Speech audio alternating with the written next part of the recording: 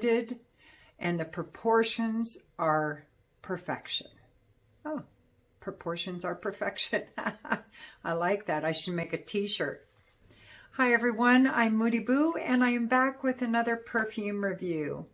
This is on a single perfume, and I only have it thanks to you guys.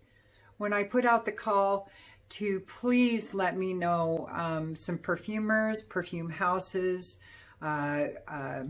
creative directors, store owners that were owned by people of color, and you guys came through.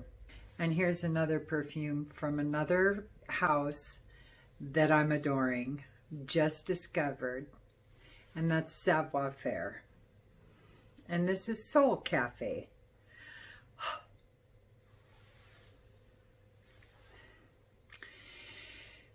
This is tobacco and bergamot and orange blood. Orange blood. They bleed? I'll never eat another one again if they bleed. Is that supposed to be blood orange maybe? I don't know. Maybe it's pulp. Is that another word? Blood? Another word for pulp? I don't know. I'm not in the know on this one. Black pepper, patchouli, private musk blend, amber wood, oud, lavender, coffee, and firewood.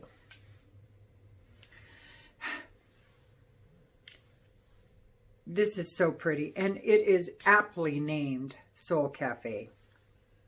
You get the coffee, and you get the bergamot, and the oranges, absolutely. You get the tobacco, but the tobacco is really subtle, and it's very earthy. It mingles with the patchouli super well. They blend really well together. And it's not that wet tobacco or wet patchouli. It's more of a dry, like a sun-dried tobacco or sun-dried patchouli kind of a scent. But this isn't a dry aroma. That's the brilliance of it. Because with the coffee and the orange and the bergamot, it keeps it nice and juicy without making it a soaked feel. It's like there's all these juices sitting next to some sun-dried patchouli and tobacco. The lavender is really subtle, and so is the oud and the other wood notes. Now they do come across a little stronger in the dry down, but it's not that generic woody indie perfume dry down that you, or Celebrifrag dry down that you smell sometimes, you know, just that wood kind of a dry down with no real personality. This has a ton of personality. Now I find it to be really a subtle perfume. I don't find it to be beastly at all. I am going to try more from this house, but unfortunately they were all sold out of pretty much everything. I was one of the last ones to get a bottle of Soul Cafe, I think. But it sounds like Chris Classic, who is the perfumer and the genius behind Savoir Faire, is blending more, I think. That's kind of what I'm getting from the website, is that later on in the month, there might be some more batches ready to go. And if you can, you've got to try Soul Cafe. Now, I'm going to be trying the other ones. It's like Classic, and there's another one. I can't remember the name. But there's at least two more that I really want to try from this house. This is truly about the bergamot and the tobacco at the top. That's mainly what I get, is this juicy bergamot and this sun-dried tobacco. Then some of the orange and the pepper come in. And I think the patchouli is kind of there throughout the whole thing. Sorry, I got a hair tickle in my ear. It's making me nuts. I think the patchouli is there kind of throughout the whole thing. And it's not a strong patchouli. It's not a head shop hippie patchouli. It's very earthy. It's very subtle. And the lavender is really subtle. And so are the woods. Like I said, you get those in the dry down. But it's more of a, it's almost like you're going to a lumber mill, and if you've never been to a lumber mill, they smell amazing. because there's all these different kinds of wood being cut in a wood mill, like cedar and pine and oak and walnut and maple and whatever. But all of those different woods have their own aroma. Cedar happens to be one of my favorite, but I love the smell of pine sap. And this kind of encompasses all of those kind of woods, like when you'd walk into a lumber mill, but without that dryness, because a lumber mill usually has a real arid dryness to it. I think because there's so many wood chips in the air, and I don't know why, but they always seem to smell very dry to me. This is not. This is very moist. It's very welcoming. The coffee just adds a little bit of gourmand note with the other fruits and the tobacco and the patchouli. And that makes it sound like it would be really masculine, but it is completely unisex. I have been wearing the crap out of this since I got it. It's earthy. It's got a hint of aromaticness to it without being an aromatic perfume. It's got a hint of gourmand without being a gourmand perfume. It's got fruits in it, but it isn't a fruity perfume. It's really well blended, and the proportions are perfection. Oh, proportions are perfection. I like that. I should make a t-shirt. It is a really, really good one. The only thing I will say is I wish it was a little stronger. I do wish that it projected a little more because I adore it.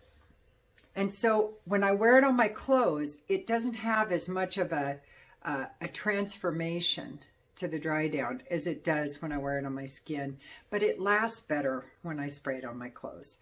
So I kind of go back and forth on how I wear this, but oh, it's gorgeous.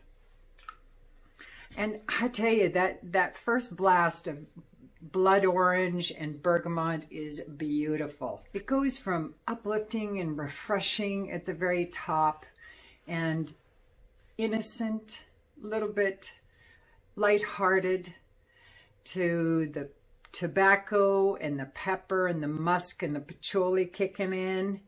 And that happens within 15-20 minutes tops. And that's when it starts. It has a slow progression, but that's when you start knowing this is going from that to, hey baby, want to take a walk on the wild side? It's not heavy animalic. It's just a really lovely perfume. You could wear this, I think, to work. I think you could wear this out and about with friends. On romantic rendezvous, absolutely. Male or female. Oh.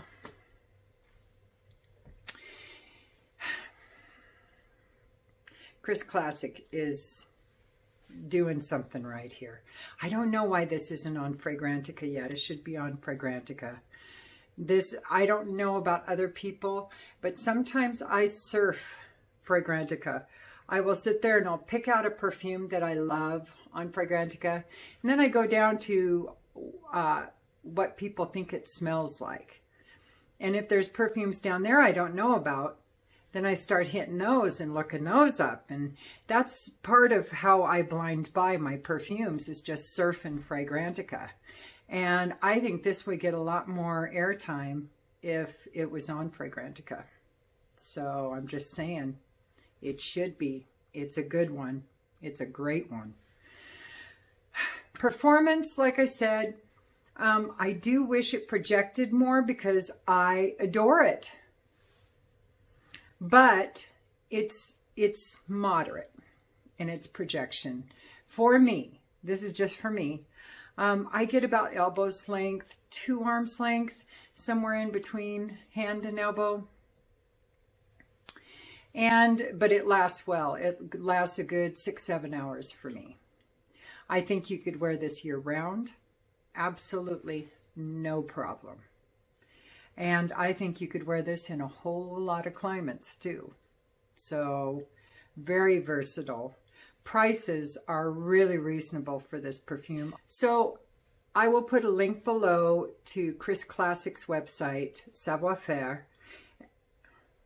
Oh yeah, Savoir Faire is everywhere. Pepe Le Pew, wasn't it? From the Warner Brothers cartoons, wasn't it? I loved him. He was always in love with that cat that had skunk markings. But she was having none of it because he stunk. So there you go. You can't stink if you want to get the girls or the guys. Anyway, so great stuff. Absolutely adore it. This is not me blowing sunshine up your ass. I won't do that. That's not my style. I adore this perfume. I have been wearing the shit-ski out of it. And I will be checking out more from the House of Savoir Faire. You can rest assured. Wonderful stuff. Show the house some love. It is a wonderful perfume, great prices, good performance.